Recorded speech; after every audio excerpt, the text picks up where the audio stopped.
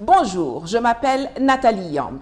Le 26 juin dernier, au sortir d'un avion qui m'avait emmené vers un rendez-vous quelque part en Afrique, alors que je venais de me connecter au Wi-Fi de l'aéroport en attente du contrôle des passeports, le premier message qui s'est affiché sur l'écran de mon téléphone était celui de Juan Branco. Bonjour Nathalie. Kémy vient de m'apprendre. Je suis à votre disposition. Juan Branco, pour ceux qui ne le savent pas, c'est un avocat admirable, brillant et engagé, qui défend avec passion et talent des causes et des gens qui souvent nous sont proches. Les Gilets jaunes, Julian Assange, mon sang, Kémy Séba. C'est d'ailleurs pour le punir d'avoir défendu ce dernier que la mafia étatique française va tenter de lui retirer sa robe d'avocat le 15 octobre prochain. Ayant été dans un avion pendant presque 6 heures, coupé de toute information, je me suis posé la question de savoir qu'est-ce que Kémy lui avait dit et pourquoi il se tenait à ma disposition. J'ai donc rapidement tapé mon nom dans Google et constaté que le Conseil de l'Union européenne m'avait sanctionné par la décision 2025-1279, modifiant la décision 2643 du train de sanctions 2024 relatif, je cite, aux activités déstabilisatrices menées par la Russie. Fin de citation. Oui, vous avez bien entendu. Moi, citoyenne, défenseur de la souveraineté africaine, j'ai été sanctionnée dans le cadre de palabres de blanc sur fond de conflit OTAN-Russie en Ukraine, au milieu de l'Europe, là-bas, chez les nazis. L'Union européenne sanctionne une influenceuse suisse-camerounaise, Nathalie Yamb, pour ses prises de position pro-russes. Cette activiste résidant en Suisse se voit interdite d'entrer sur le territoire des 27 et ses avoirs dans l'Union européenne gelés. Qu'est-ce qui justifie au fond une telle décision, Malika Nadir ? Alors le Conseil de l'Union européenne reproche à Nathalie Yamb de soutenir ouvertement la Russie depuis 2019 en prenant notamment pour cible la France et l'Occident dans le but de les évincer du continent africain, des positions pro-russes qui menacent la démocratie ou la sécurité de l'Union européenne en recourant à la manipulation de l'information. C'est ce qu'on peut lire dans le journal officiel de l'Union européenne. Nathalie Yamb rejoint la liste des personnes physiques ou morales sanctionnées par l'Union européenne en raison de leurs activités déstabilisatrices menée par la Russie. Précisons que l'influenceuse était déjà interdite de territoire en France pour ses propos virulents contre la présence française en Afrique. En 2003, une enquête du magazine Temps Présent dressait le portrait de cette binationale suisse et camerounaise qui compte plus d'1 million d'abonnés sur ses réseaux sociaux, très populaire en Afrique francophone pour ses discours panafricains, appelant à chasser la France du continent. Vous avez entendu, n'est-ce pas? Maintenant, vous allez noter quelque chose d'extrêmement important. Mon cas constitue une exception sans précédent dans l'histoire des régimes de sanctions institués par l'Union européenne depuis sa création en 1993. Je suis la seule et unique personne sanctionnée isolément et sans qu'aucune entité ne soit ajoutée simultanément. Ça n'a jamais eu lieu, ni avant ni après. Ni avant dans les sanctions appliquées contre l'Iran, la Syrie, le Guatemala, la Biélorussie, la Russie, le Zaïre, la RDC, la Libye, le Centrafrique, le Mali, le Soudan du Sud, la Corée du Nord, etc. Ni dans le cadre du régime mondial des sanctions en matière de droits de l'homme ou de lutte contre le terrorisme international. Jamais les gens-là se sont réunis à 27 pour sanctionner un singleton comme ils l'ont fait avec moi le 26 juin dernier. Jamais. Et même après moi, jamais. Parce que derrière moi, le 15 juillet, les Totolas se sont encore réunis pour sanctionner plusieurs gens et entités dans le cadre du conflit en Ukraine, ainsi que des situations en Haïti, en Moldavie et que sais-je. Plusieurs, mais pas un, comme avec moi. Et tenez-vous bien, les individus qu'on sanctionne, ce sont soit de gros industriels, soit des militaires, des magistrats, des gouvernants, des agents de renseignement, des patrons de presse, des chefs de gang, des tueurs. Et au milieu de tout ça, il y a moi. Et, Adjobason, respectez-moi. Respectez-moi fort. Je pense que moi-même, souvent, je me néglige parce que visiblement, les dirigeants européens ont peur de moi plus que de quiconque. Alors la vraie question est de savoir pourquoi je les effraie autant. On va revenir répondre à cela, mais avant toute chose, il faut que vous sachiez que les sanctions qui m'ont été appliquées découlent d'un mécanisme politique et non judiciaire.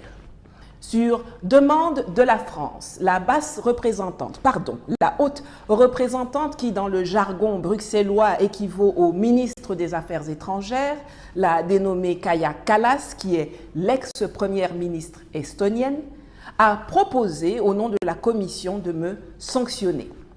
Des groupes de travail sur les relations extérieures, sur l'Afrique, sur les armes, ont examiné techniquement le dossier avant de l'envoyer au COREPER 2, le comité des représentants permanents, composé des 27 ambassadeurs des États membres accrédités à l'UE, qui ont validé politiquement la sanction.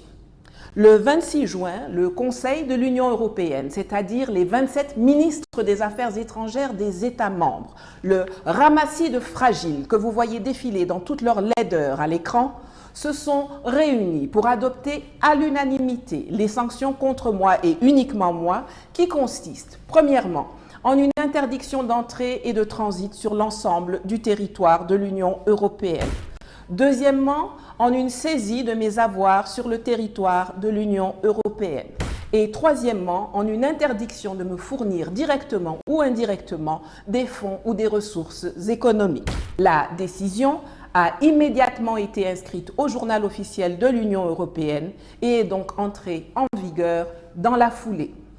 Elle a par la suite été transmise pour information aux députés du Parlement européen à Strasbourg. Waouh! Tout ça, pourquoi? Eh bien, pour m'empêcher d'exprimer mes opinions. On ne me reproche pas d'avoir pris des armes, on ne me reproche pas d'avoir tué quelqu'un, d'avoir fomenté des attentats ou des coups d'État, ou même d'avoir commis un génocide ou affamé des millions de personnes, comme certains l'ont fait allègrement avec le soutien de l'Union européenne. Non.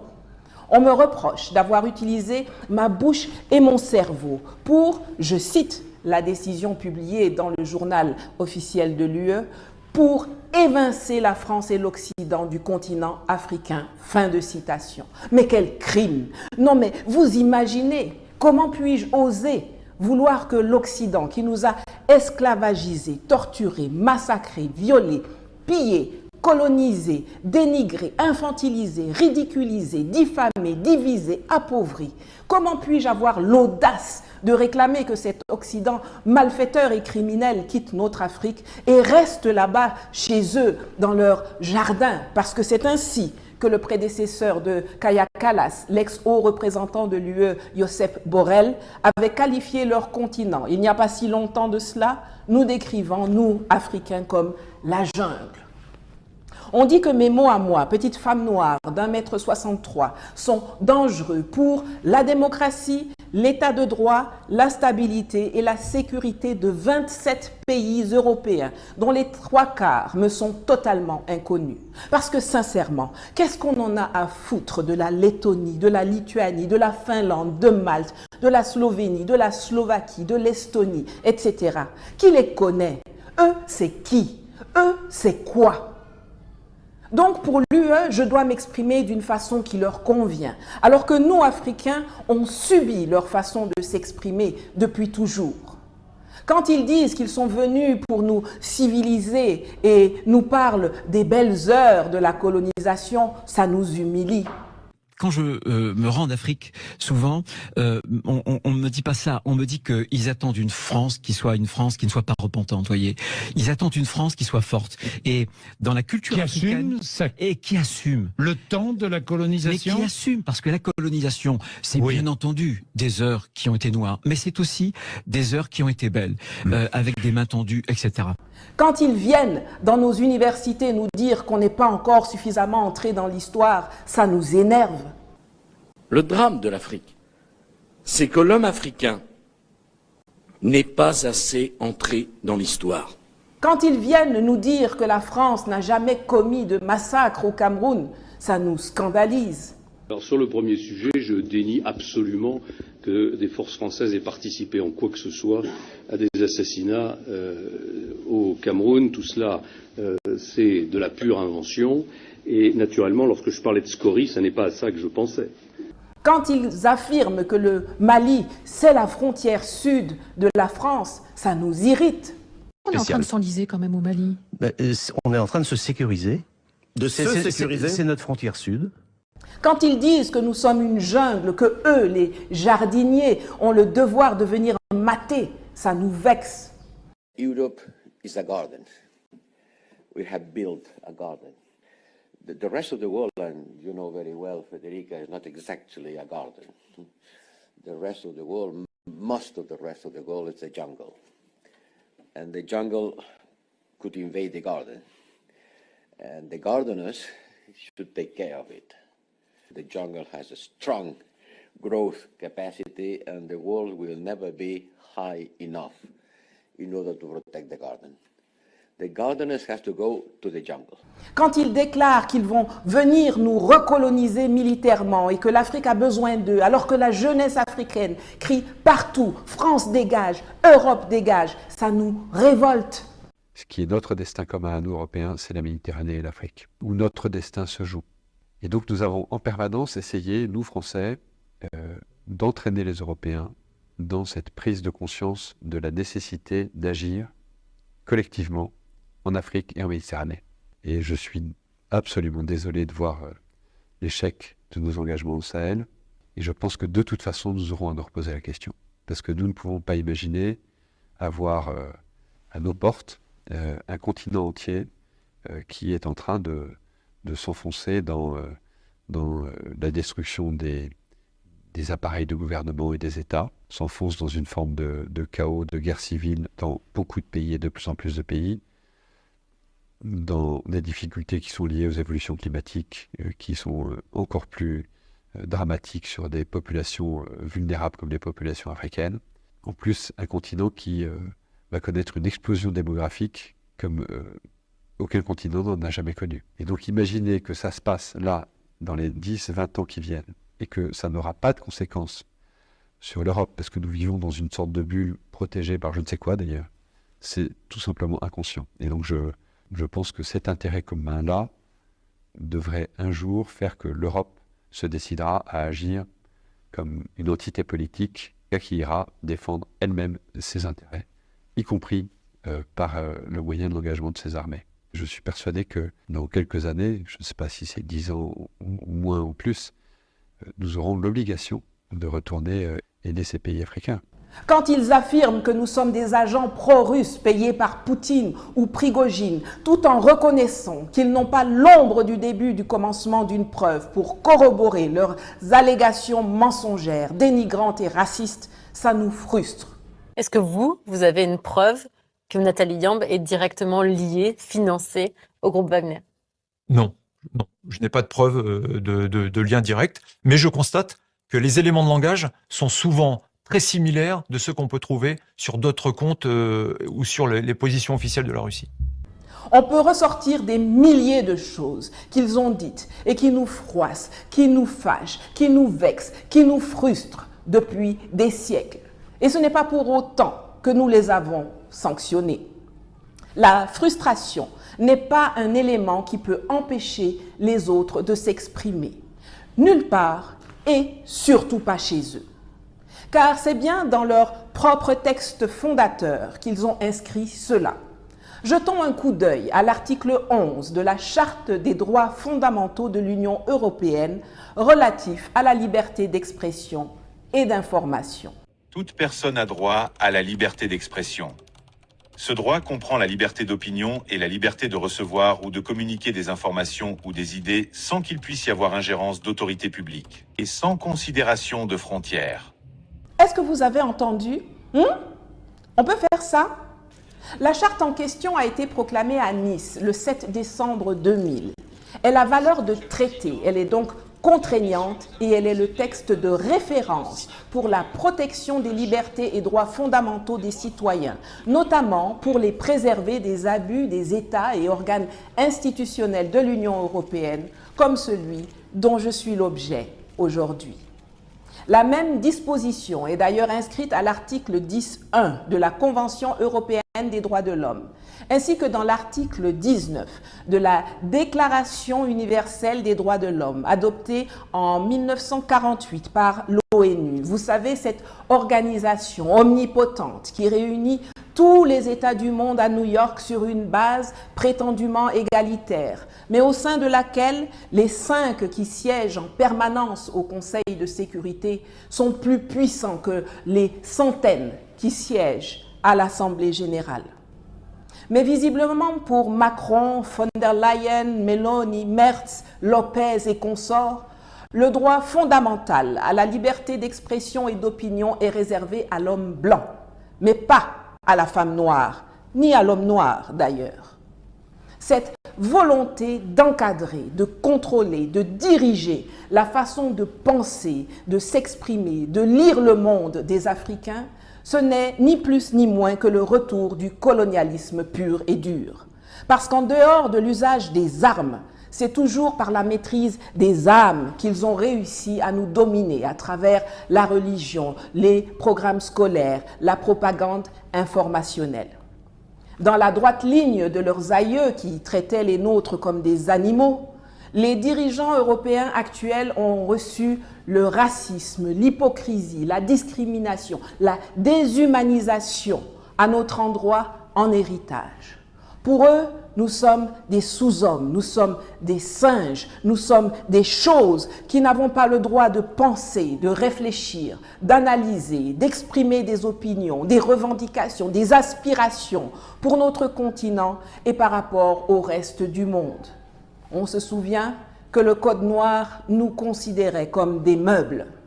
Quand ce sont des Blancs qui disent ce que je dis, ils ne sont pas sanctionnés. Leurs avoirs ne sont pas saisis. On ne leur interdit pas de circuler. On ne leur retire pas la nationalité comme on l'a fait avec mon sang, Kémy.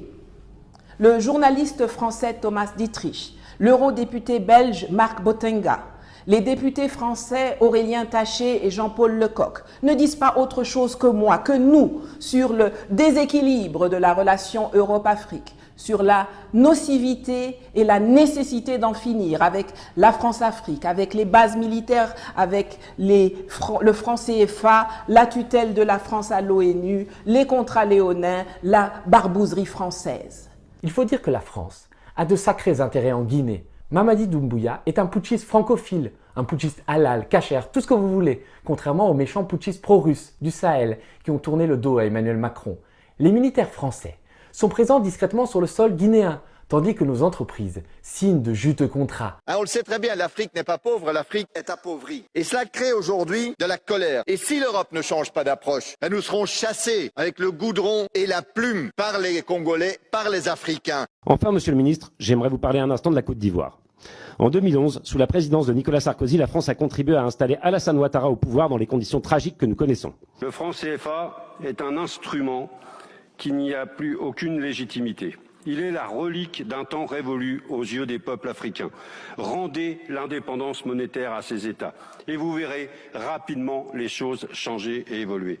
Et ce n'est pas la perfide transformation du franc CFA en éco proposée par Emmanuel Macron qui va changer quelque chose puisqu'elle ne règle rien. Le journaliste star américain Tucker Carlson, les hommes politiques français François Asselineau, Florian Philippot, l'activiste américain Jackson Hinkle, le président du El Salvador, Nayib Bukele, disent les termes sur le déclin de l'Europe, le double standard, la réalité de la situation en Ukraine et au Moyen-Orient, le financement et l'adoubement des terroristes. Mais eux tous là, on ne les sanctionne pas. Et vous savez pourquoi? Parce que contrairement à moi, ils sont blancs. Dans la droite ligne de leurs penseurs comme Kant, Voltaire, Hegel, Gobineau, les Occidentaux sont convaincus de nous être supérieurs, que nous sommes des sauvages, tout juste bons à être manipulés, exploités, piétinés ou éliminés. Tout le monde peut parler de nous, pour nous, contre nous, mais gare à l'Africain qui s'avisera de parler d'Afrique et même, oh scandale, de parler de ce qui se passe ailleurs, comme en Europe, au Moyen-Orient, en Asie, en Amérique, ou alors pire, d'avoir des analyses et réflexions géopolitiques et géostratégiques. Ils aiment nous voir danser, chanter, jouer ballon, nous clasher sur Internet à propos de foot, de musique, de buzz inutile. Mais quand quelqu'un comme moi s'assoit et étudie scientifiquement l'histoire, décrypte méthodiquement l'actualité, vulgarise massivement la géopolitique et propose pertinemment des politiques pour émanciper et protéger l'Afrique et les Africains, là, on ne rit plus à Paris, Bruxelles, Berlin ou Washington. Toute raison oubliée, on va avoir recours à un arsenal politico-financier brutal pour faire taire une femme noire. Ils disent que je ne suis qu'une influenceuse des réseaux sociaux et pourtant, en même temps, ils m'affublent de sanctions totalement arbitraires, violentes, disproportionnées, réservées aux plus grands dirigeants politiques et économiques ou aux plus dangereux terroristes et criminels du monde mondial. Cela est-il surprenant? Pas vraiment. La barbarie et la violence sont dans l'ADN des Européens. Je le dis souvent, mais je ne le dis pas juste comme ça, pour me faire plaisir. Je le dis parce que l'histoire le prouve. Avant de venir se défouler sur nous avec l'esclavage et la colonisation, ces gens passaient leur temps à se trucider, à se taper dessus, à faire couler le sang, jusqu'à ce qu'en 1648, les traités de Westphalie mettent fin à la guerre de 30 ans et à celle de 80 ans qui ont déchiré l'Europe et consacrent la souveraineté des États européens. Mais même après, leur naturel violent a repris le dessus, même entre eux. Notre pote, qui disait tantôt qu'on n'était pas encore assez entré dans l'histoire, le reconnaît en audition officielle au Parlement français. Nicolas? Je vais vous dire une chose. L'Europe, de tous les continents du monde, est le continent le plus brutal où il y a eu les guerres les plus sauvages. C'est pas l'Afrique, c'est pas l'Asie, c'est l'Europe. Et je vais vous dire autre chose.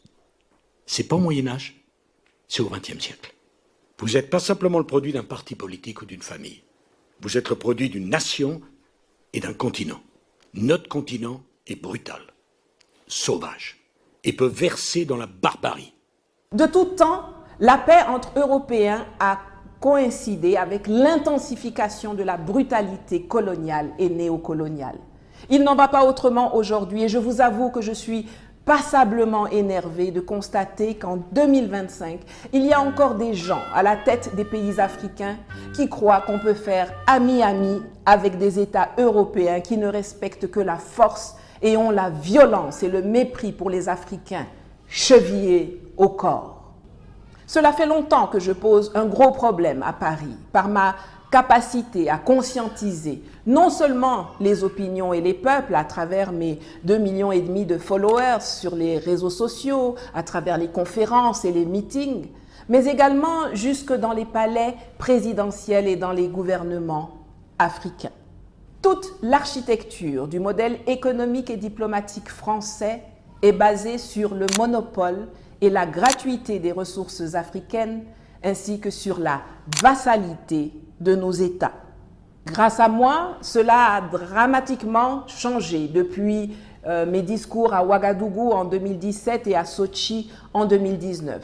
Pour ce qui concerne ceux qui veulent continuer en 2017, à asservir, à piller, à voler, à violer l'héritage, le patrimoine, l'imaginaire de nos enfants, comme le disait Thomas Sankara, nous les chasserons.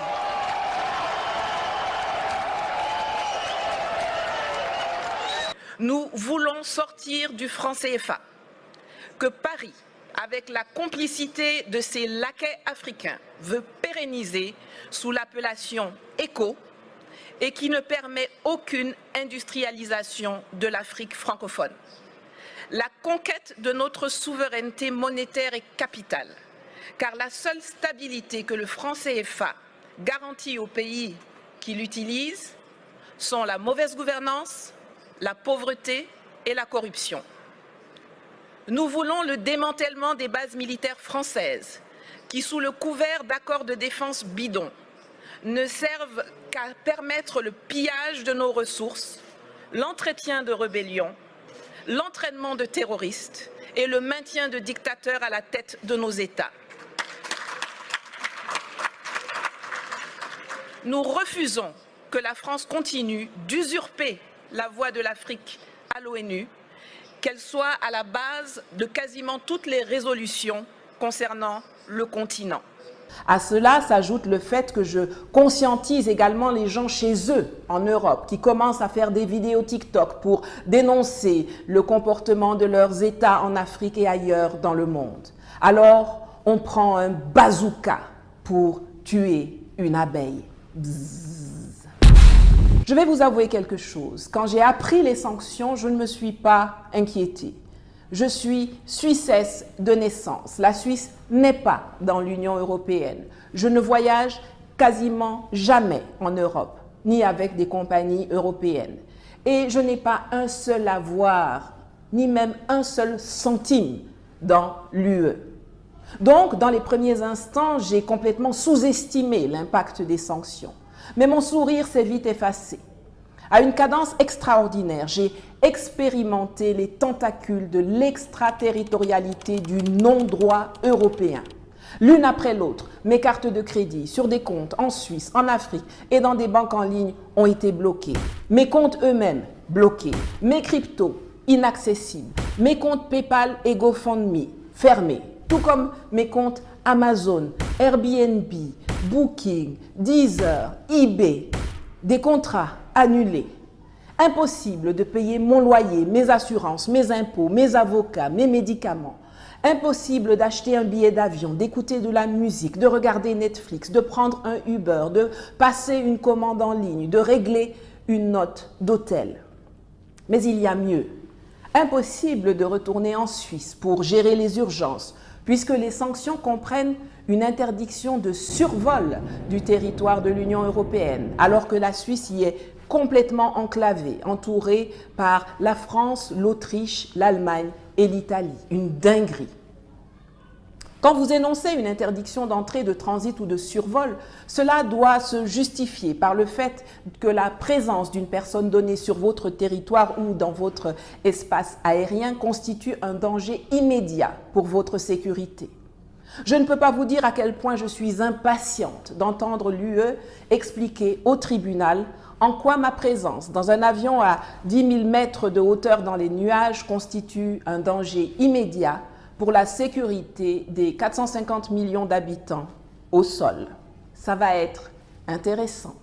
La peine de mort socio-économique, l'effacement civil auquel il me condamne sans procès, en m'empêchant de circuler, en me coupant de tout dans un environnement digitalisé, la violence inouïe qu'ils utilisent contre moi pour atteindre des objectifs politiques, en droit, cela s'appelle du terrorisme. Et ils y ont recours non seulement pour me briser, mais aussi et surtout pour passer un message à ceux qui seraient tentés de penser et d'agir comme moi. Je ne vous raconte pas cela pour faire pleurer dans les chaumières. Je vous raconte cela pour que vous soyez conscients des enjeux. Tous ceux qui se disent que bof, off, c'est un problème de Nathalie Yamb, de toute façon, je ne l'aime pas, alors je n'en ai rien à fiche, détrompez-vous. Ne croyez pas que cela ne vous concerne pas parce que vous êtes citoyen européen ou africain résidant en Afrique ou en Europe. Si ce qu'ils me font là passe, ça va créer une jurisprudence en Europe.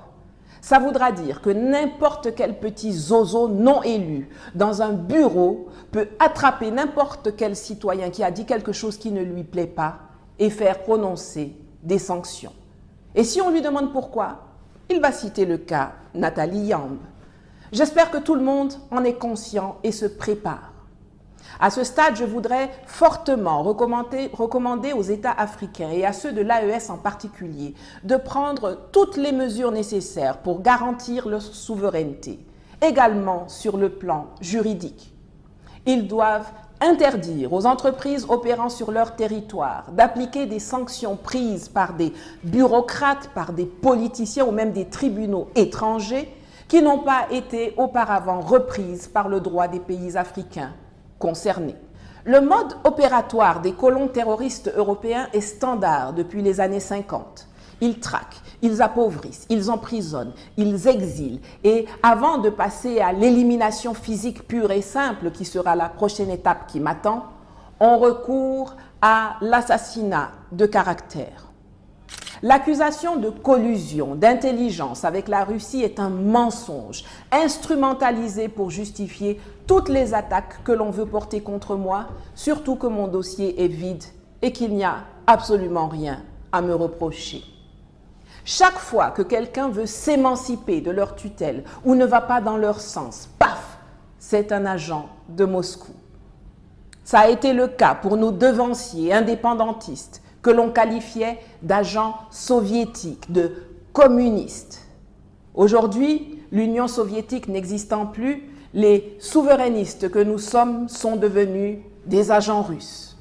Cela va même au-delà de notre continent. L'Allemand Gerhard Schröder et même l'Américain Donald Trump ont été accusés d'être des agents russes. Ce dernier vient d'ailleurs de révéler, appuyé par le FBI et la patronne de l'espionnage américain, comment Barack Obama et son administration de tordus ont comploté pour lui coller cette étiquette afin de l'empêcher de revenir au pouvoir. Dans mon cas, sur quoi se base-t-il pour affirmer cela?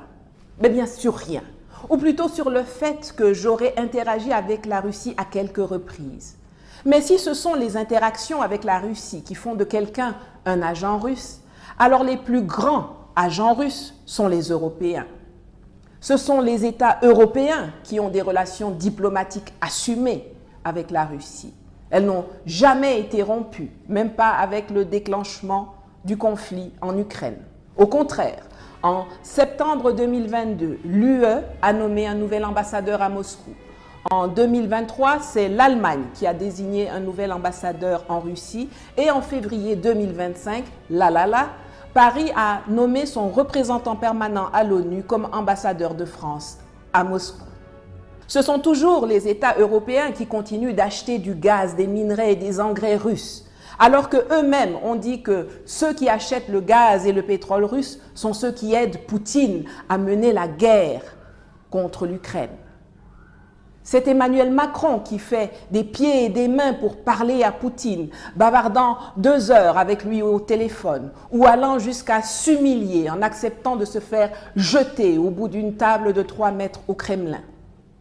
C'est l'armée française qui partageait le même camp, la même cantine que les mercenaires Wagner de Yevgeny Prigojine en Libye. Ce sont les touristes russes qui reviennent en masse en Europe depuis 2024 et plus spécifiquement en Italie, en France et en Espagne qui leur délivrent des visas Schengen à tour de bras. De qui se moque-t-on? Les dirigeants européens savent très bien que l'étiquette d'agent russe qu'ils me collent n'est qu'un mensonge, un prétexte pour cacher leurs vrais motifs inavouables et injustes à leurs opinions nationales. C'est vrai que ce n'est pas très cool de reconnaître qu'ils ont le seum parce que je contribue à empêcher leur colonialisme brutal, l'exploitation néocoloniale des ressources africaines, l'appauvrissement permanent des Africains et la déstabilisation systématique et violente de l'Afrique. Je le dis ici de façon très décomplexée. Je n'ai aucun problème avec les Russes, en tout cas pas pour l'instant. Et je le répète, pour les dissipés du dernier rang, les cauchemars des Occidentaux ne sont pas les miens. Les ennemis de l'Europe ne sont pas ceux de l'Afrique. Mais le narratif mensonger d'influenceuses pro-Poutine ou de mes prétendues positions pro-russes est vexatoire et diffamatoire. Je le disais déjà il y a 2 ans à la télévision suisse qui a fait un reportage sur moi. Sur scène, Nathalie Yamb tire à boulet rouge contre la France, appelle à boycotter les médias occidentaux et renverser les régimes soutenus par Paris. Ici, aucun drapeau russe, mais l'ombre du Kremlin ne semble jamais bien loin. Je pense que beaucoup dans la salle ont entendu que j'étais l'influenceuse à la solde de Poutine, l'influenceuse à la solde de la Russie. Cette étiquette d'influenceuse pro-Poutine l'agace au plus haut point. Cela sous-entend que les Africains sont incapables de se battre pour leurs propres intérêts, de penser par et pour eux-mêmes. Que nous sommes des gens qui ont pour vocation d'être soit la marionnette de quelqu'un, soit la marionnette de quelqu'un d'autre. Donc je trouve ça dénigrant, raciste, méprisant. Prétendre que l'on a besoin des Russes pour ne plus vouloir de la mainmise française ou occidentale en Afrique avec toutes les horreurs, tous les pillages, toute l'hypocrisie dont ils ont fait montre envers nous, et notre continent, c'est une injure. Je n'ai pas attendu leur palabre avec la Russie pour combattre la France-Afrique. Mes écrits depuis 2004 sont là pour le prouver. Je n'ai pas besoin d'être à la solde de la Russie pour me réjouir de chaque coup porté à l'Ukraine.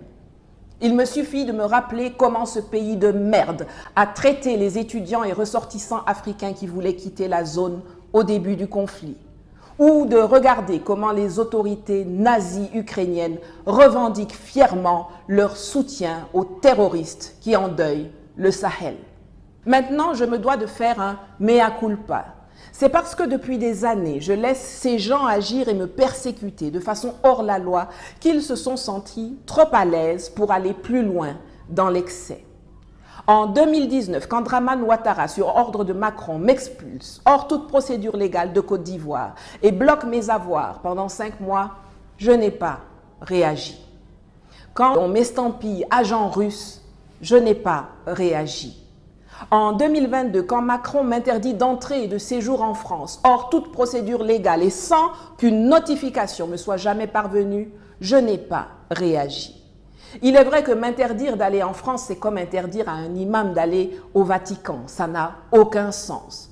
Je n'en ai strictement rien à fiche de la France. J'avais fait une vidéo à ce sujet qui apparaît à l'écran et que vous pourrez regarder à l'issue de celle-ci. En 2023, quand certains de mes comptes ont été fermés en Suisse absolument sans raison et sans explication, je n'ai pas réagi. Et c'est comme ça qu'en 2025, l'Union européenne, à l'instigation de la France, s'est permise de m'interdire d'entrée, de transit et de survol de son territoire, de saisir mes avoirs et de m'interdire tout accès à des fonds ou ressources économiques. Selon l'Union européenne, vous prenez Oussama Ben Laden, vous ajoutez Adolf Hitler par-dessus, vous mettez Pablo Escobar dans le lot et ensemble, ça fait un conglomérat de petits joueurs qui ne m'arrivent pas à la cheville en termes de dangerosité. Alors cette fois, je ne vais pas rester sans réagir. Cette fois, ce qu'ils ont commencé, on va terminer. Pas parce que j'ai particulièrement envie de circuler en Europe, mais plutôt pour leur montrer que dorénavant, avec moi et les autres leaders du combat d'émancipation et de souveraineté de l'Afrique, ce sera les 2 yeux pour un œil et toute la mâchoire pour une dent. On les a battus sur le terrain de l'intelligence, de l'information, de la détermination, de la mobilisation. Et pendant que nos chefs d'État de l'AES sont en train de monter en puissance sur le plan défense, diplomatie et développement, nous allons aussi leur montrer qu'on peut les battre sur le terrain juridique. Ils savent très bien qu'avec tout ce qu'ils font là, ils ne me font pas peur et ils ne me feront pas taire. Cabri mort n'a pas peur de couteau, comme on dit chez moi. C'est les autres qu'ils essayent de mater, d'effrayer, de contraindre au mutisme. Les Africains, les binationaux et même les ressortissants européens pur jus. Je vais leur montrer que les tribunaux sont un terrain de bataille sur lequel on peut leur infliger des défaites aussi monumentales que celles qu'ils ont subies sur les terrains militaires, diplomatiques, géostratégiques, informationnels et communicationnels en Afrique. Watch me. Je ne peux pas terminer cette vidéo sans remercier les milliers de personnes qui m'ont marqué leur solidarité, leur soutien, leur amour, et ce, à travers le monde, à travers les différentes classes sociales et couleurs de peau. J'en ai été infiniment touchée. C'est l'occasion pour moi de dire aux gens de l'Union européenne que même si vous m'arrachez jusqu'au dernier franc que j'ai dans ma poche, je ne serai jamais sans domicile. Je ne serai jamais seul et je ne serai jamais pauvre. De la même façon dont vous me voyez comme votre pire cauchemar, je suis l'espoir d'un continent qui s'est levé et qui ne se mettra plus jamais à genoux devant vous. Je suis la vigie qui avertit ses frères, ses sœurs, ses parents et enfants du danger que vous représentez, qui éveille les esprits, qui raconte le passé, qui inspire les politiques, qui brisent définitivement les chaînes néocoloniales d'aliénation et de soumission que vous avez attachées à nos chevilles, à nos poignets et dans nos esprits depuis trop longtemps. Je suis l'enfant d'Édith, la lionne blanche et d'Étienne, dont je peux remonter la lignée à 15 générations jusqu'à Ngokli Touba. Je suis la fille de Thomas Sankara, de Patrice Lumumba, de Ruben Umniobe, de Félix Moumié, de Ernest Wandier, de Kimpa Vita, de Hatshepsut, de Nzinga, de Shaka Zulu, de Dedan Kimathi, de Jerry Rawlings, de Malik Al-Shabazz, de la mulâtresse Solitude, de Jean-Jacques Dessalines, de Steve Biko, de Winnie Mandela, de Harriet Tubman. Je suis la sœur de Abdraman Tiani, de Ibrahim Traoré, de Assimi Goïta, de Mamadou Koulibaly, de Kémy Seba, de Safia Enjoy Life, de Maud Salomé Ekila, de Franklin Yamsi, de Farida Nabourema, de Joshua Maponga, de Dani Amelda, de Banda Kani, de Abdraman Oumarou, de Paul Ella, de Egunchi Béanzin et de tant d'autres. Je suis la chevalière de Niamey, la Yenenga de Ouagadougou, la dame de Sochi, la Sekhmet de l'AES et la Mat de l'Afrique. Je suis la mère des abeilles révolutionnaires, la facture de mes ancêtres, le javelot de mon peuple et des millions d'Africains, d'Afro-descendants, d'humains sur le continent et partout dans le monde sont mon bouclier. À eux, je dis merci, merci, merci. Vous avez été des milliers à contribuer, à demander comment faire pour me soutenir mensuellement. Le bouclier de la reine Yaya. Nous allons continuer à l'utiliser pendant quelques semaines avant de trouver une autre solution pérenne. Bouclier. Les combattants connaissent ce mot d'ordre et le lien s'affiche à l'écran. Et n'oubliez pas qu'en vous abonnant, en likant, en commentant et surtout en partageant le lien de cette vidéo, vous participez à la lutte et à me soutenir à votre manière. Alors, faites-le massivement. Je sais d'où je viens, je sais qui je suis et je sais où je vais. Et vous, dirigeants occidentaux et vos complices collabo-africains, vous n'êtes pas prêts de m'arrêter. Ni dans ce monde, ni dans l'autre. En nous aller. Temnigne.